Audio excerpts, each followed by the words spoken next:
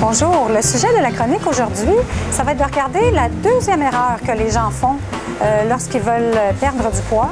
Alors, en fait, c'est de focuser, de mettre tout le focus sur le poids et de se peser tous les jours.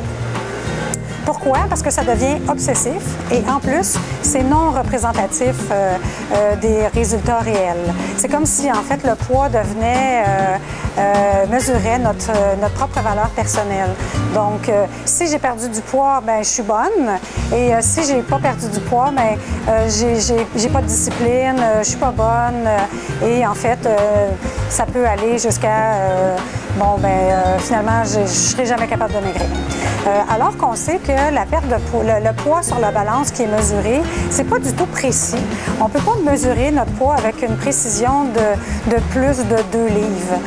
Pourquoi? Parce que de toute façon, le poids sur la balance, ça représente uniquement le poids en entier. Donc, on ne mesure pas les muscles, on ne mesure pas la masse grasse et on ne mesure pas l'eau séparément.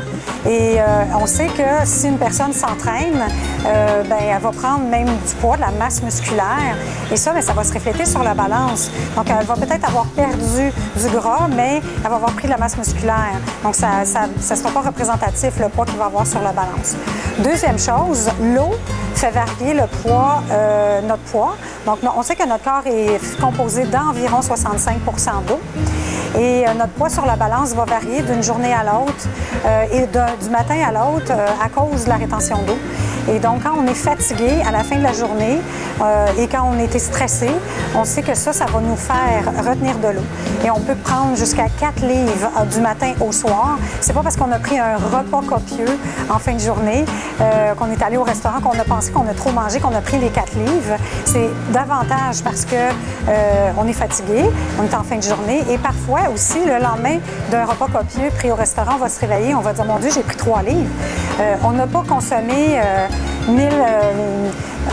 7000 calories dans notre repas qui fait qu'on aurait pris 2 livres. On a tout simplement enflé à cause du sel additionnel qu'il y avait au repas. Donc ça, c'est important à avoir ça en tête. Également, les menstruations. Donc juste avant les menstruations, les femmes peuvent prendre jusqu'à 4-5 livres. Et ça, ça va faire en sorte qu'on pense qu'on a pris du poids, mais après les menstruations, ces 4-5 livres-là, ils vont être perdus. Alors, en fait, ce qu'il faut faire, c'est de mesurer nos résultats autrement que sur la balance.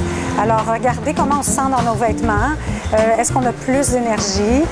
Regardez un peu les objectifs qu'on se fixe. Alors, si on se fixe comme objectif de consommer 6 fruits et légumes par jour, est-ce qu'on les a consommés au bout de notre semaine, nos 6 fruits et légumes par jour? Est-ce qu'on se fait comme objectif de faire des boîtes à lunch? Est-ce qu'on a fait nos 4 lunchs pendant la semaine? Alors, vaut mieux regarder les résultats quotidiens et les résultats hebdomadaires qu'on est capable d'avoir autrement que sur la balance.